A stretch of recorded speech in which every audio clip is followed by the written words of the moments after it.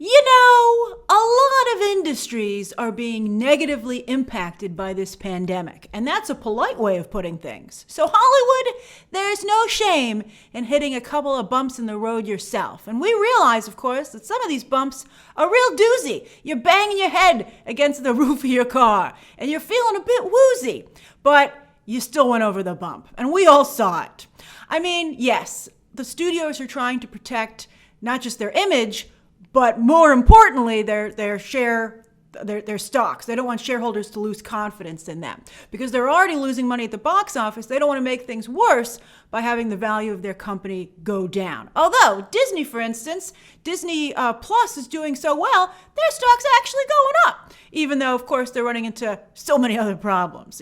Wall Street will appreciate any bright spot you can put in front of them. They're like cats. They're easily distracted to some degree.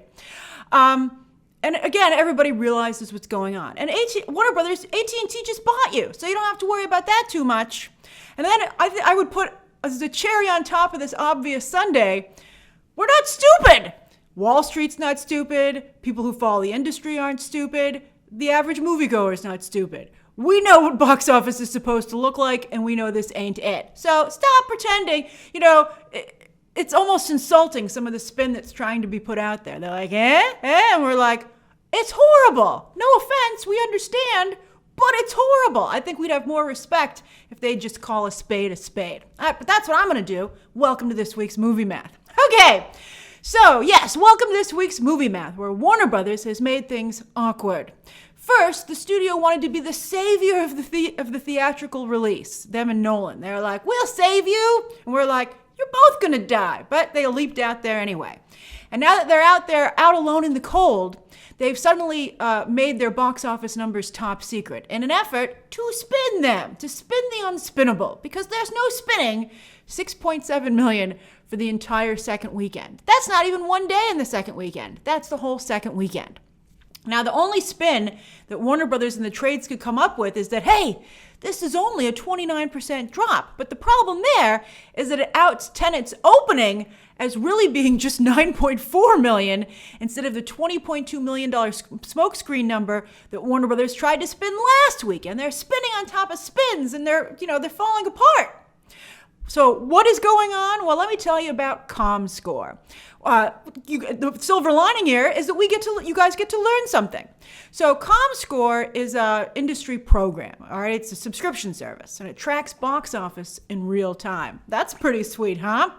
I think you have to apply to be let in to get those numbers, and it ain't cheap. It's the subscription plans start at $800 a month. So studios and the trades, it's a business expense that the company pays for, they all subscribe to that to get the box office numbers hourly box office numbers. But it's more than just that. It's also where the movies are selling tickets, so they can see geographically the strong points and the weak points for a film. And then also with post-track exit polling, they can see the demographic information. They can see who's going and where they're going. It's fascinating. By the way, though, the Tenet post-track numbers are not good. When it comes to exit polling, the other industry leader is CinemaScore, which we all know. CinemaScore sounds like ComScore. It's a little confusing. They're different companies. You would think that ComScore would have CinemaScore, but no, ComScore has post-track and CinemaScore is its own business. And by the way, most of this polling goes on in Middle America. Now, a number of you are like, hey, Grace, I've never been asked what movie I'm seeing or what I think of a trailer or what I think of a movie. Well, that's because a lot of the focus testing is done in Middle America because they know the people on the coast are going to go and see most movies because that's the big movie-going communities. It's in the middle of the country where it's hard to get someone to actually pay to see a movie in theaters that they really want to know what they think because that's the group they need to motivate. So that's right, people on the coasts, you're being taken for granted. All right, so anyway, speaking of CinemaScore, Tenet got a B. All right, now this ComScore information allows not just the studio releasing the movie in question to make important decisions. Again, we said geographically and demographic information so they can decide for targeted marketing. They're like, okay, nobody cares about this. It's already doing really well. It's tough. It depends what you want to do for the play. You could say this is doing really well in southern states, so maybe we should have more advertising to push people to go even more because they're already inclined to go. Or maybe you say, since everyone's already going, let's not spend any more money there. Let's do ad buys in the cities and the areas where people aren't going because maybe they need a little more motivation. Stuff like that. And then again, also demographically, what networks or cable channels or websites should we be buying ads on to either further motivate or or try to turn around what's performing, what's not performing. You see, it's very difficult to release a movie. That's why we're very understanding of the dilemmas that they sometimes find themselves in. All right, so last week, according to the trades, everyone gave Warner Brothers a break for going radio silent on box office numbers. They were like, we know, it's scary. Thanks for doing this for the rest of us. Thanks for being the one to try it. We'll let you go.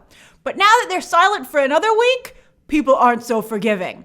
The studios need to know just how bad the market is and if there are any bright spots so that they can maybe release movies that might appeal. See, this is why this information is important. Well, let's say movies are doing really well in Texas, right, with a certain demographic. They might be like, let's release more movies like Unhinged because that would do well. And let's hold this kind of movie because it wouldn't do well. So it's very important to know that information. But Warner Brothers and also Sony, which released a movie this weekend, didn't help out.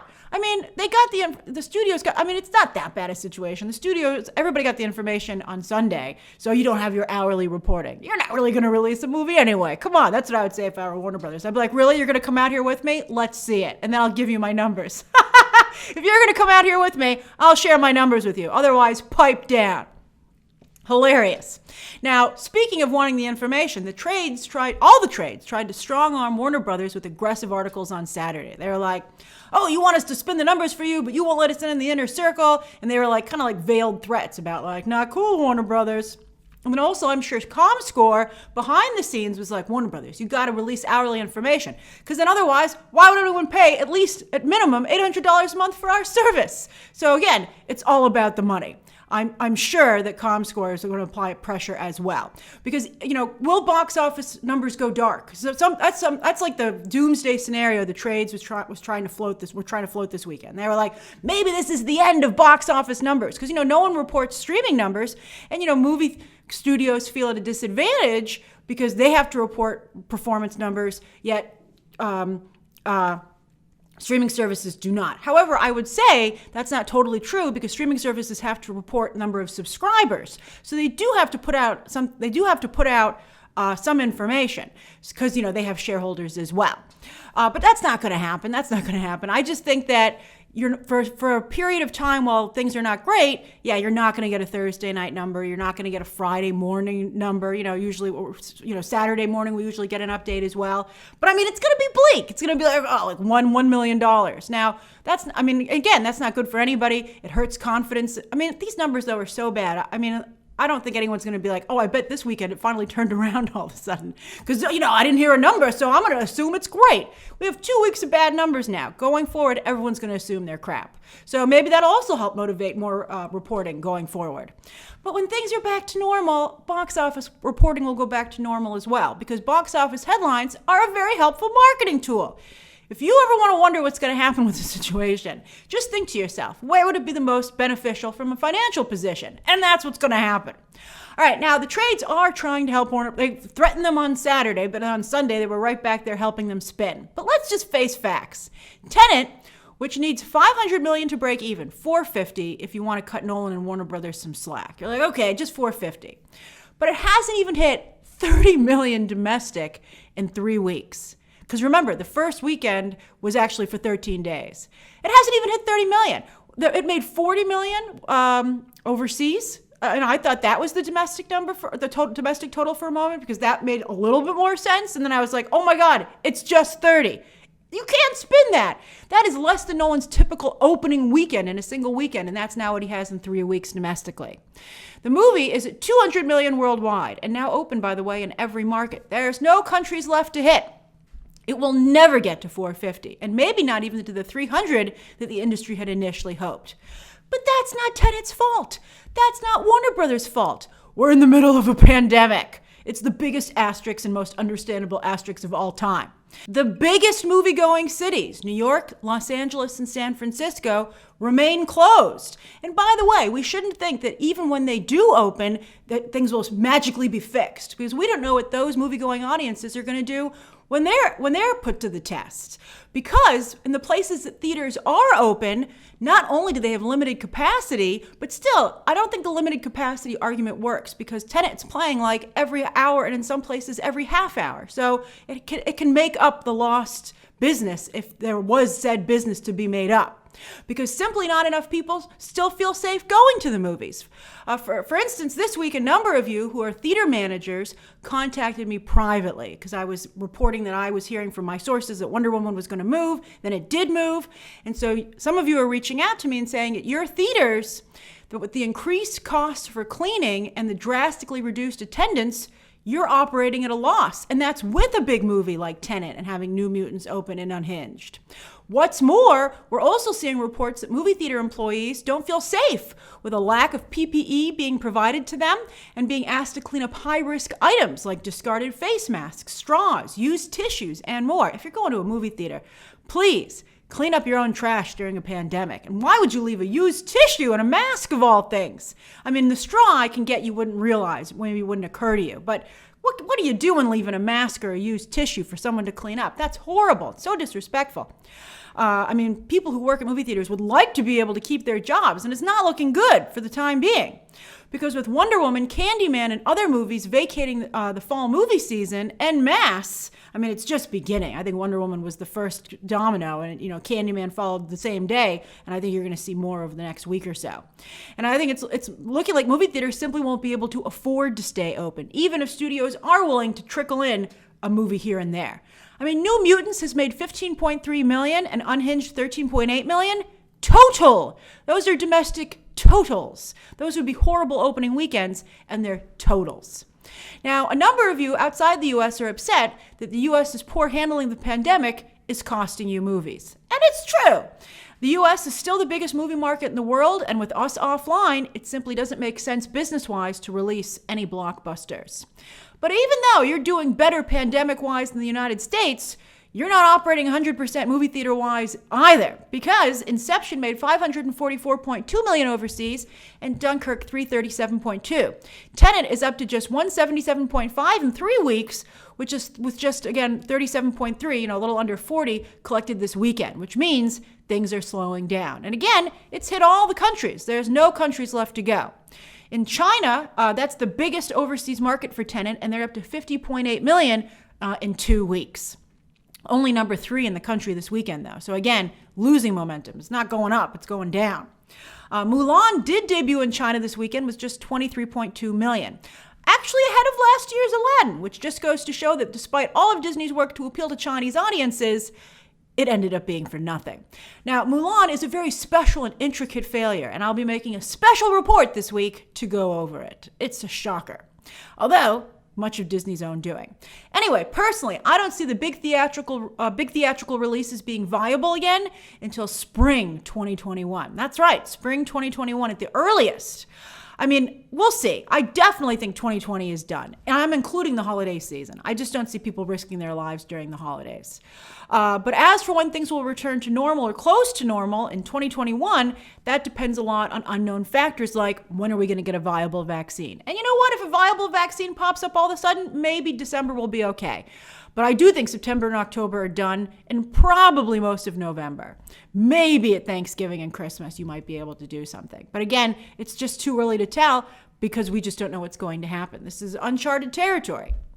And I want to make this clear, I'm not saying movie-going will be extinct. I'm not going to say people are going to stop going to the movies forever. I think it's going to take a hard pause. I think a lot of theaters are going to shutter, and they could shutter for a year.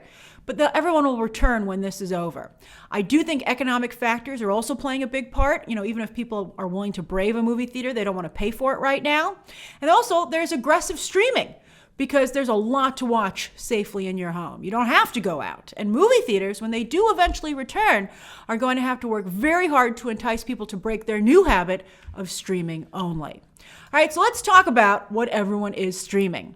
Over on Netflix, which has its foot on pandemic Hollywood's neck and isn't letting up anytime soon. For instance, this weekend, it bought up all the major films at the film festival on the film festival circuit, so that they would so Netflix will continue to have fresh content, even though again there's a hold on freezing. Although Red Notice did resume filming. Away is still number 1 on Netflix, while 9 of the top 10 are Netflix originals, which is going to be very important in just a moment when we talk about iTunes. It is disappointing to see that Cuties is anywhere in the top 10, as it lends credibility to Netflix's decision to distribute the film, because it clearly has an audience, which is sad. And then also, it backs up the unfortunate positive reviews for the film. It's really unfortunate that Cuties was able to get up there. I'm very disappointed to see that. Meanwhile, iTunes, with Mulan going directly to Disney Plus and other studios now simply holding their movies rather than putting them on PVOD, even Universal, who's been iTunes' best friend during the pandemic, could have put Candyman on there, but instead they decided to hold it. So iTunes is starting to really look like a bargain bin. Bill and Ted, though, which the former Bill and Ted movies are been kings of the bargain bin, but the new one has already slipped to number 6, and Orion has yet to report any numbers for how it's done on PVOD, which means it must be bad. When all the studios started to abandon Netflix started creating original content. And Apple, of course, is trying to do the same. It's not going well, despite some really legit great content. Ted Lasso, Defending Jacob, these are amazing shows. But, just nobody has Apple TV, even though you get it free with an Apple device. Although, again, while Apple's very big in some spots, in other areas, no one has Apple. And so I think that's very interesting. Apple has partnered with Viacom to offer a deal on CBS All Access and Showtime if you are subscribed to Apple TV. But I think we're getting to the point where even if you offer someone a discount, people are simply oversubscribed. That people have reached a breaking point with how many subscription services they can have. I'm curious, which subscription services do you have and why? Why did you choose those specifically? I have Disney Plus, HBO Max, Hulu, Netflix, of course, and I do have Apple TV because I got my phone replaced and they gave me Apple TV for free for a year. So thank you. So because I buy Apple products, I'll probably always have Apple TV if they continue that promotion. But yeah, that's what I have. So it's tough to keep adding anything else. And I have to say, my family does spread out the subscription services, paying here, paying there, and letting other people use the account. It's the reality. All right, so anyway, speaking of money, $30 for Mulan continues to be a hard sell, although, again, Mulan itself has turned out to be a very hard sell, which we'll discuss this week. The movie fell hard in the top 10 on Disney+, but at least it's still in the top 10. As for what's coming this week, Netflix, again, as I said, they won't let up. They continue to dominate. On Wednesday, they'll debut their new movie, The Devil All the Time, while Ryan Murphy's latest series, Ratched, hits Friday. I'll be posting reviews for both tomorrow. So, what have you been watching? And when do you think blockbuster movies will be able to return to normal? And also, how do you feel the studios are handling the box office situation? Do you think they should continue to spin it, or do you think they should call a spade a spade? I'll continue to call a spade, so you can always count on me. Share those thoughts down below. Subscribe today. And of course, as always, you can check out some more videos right now.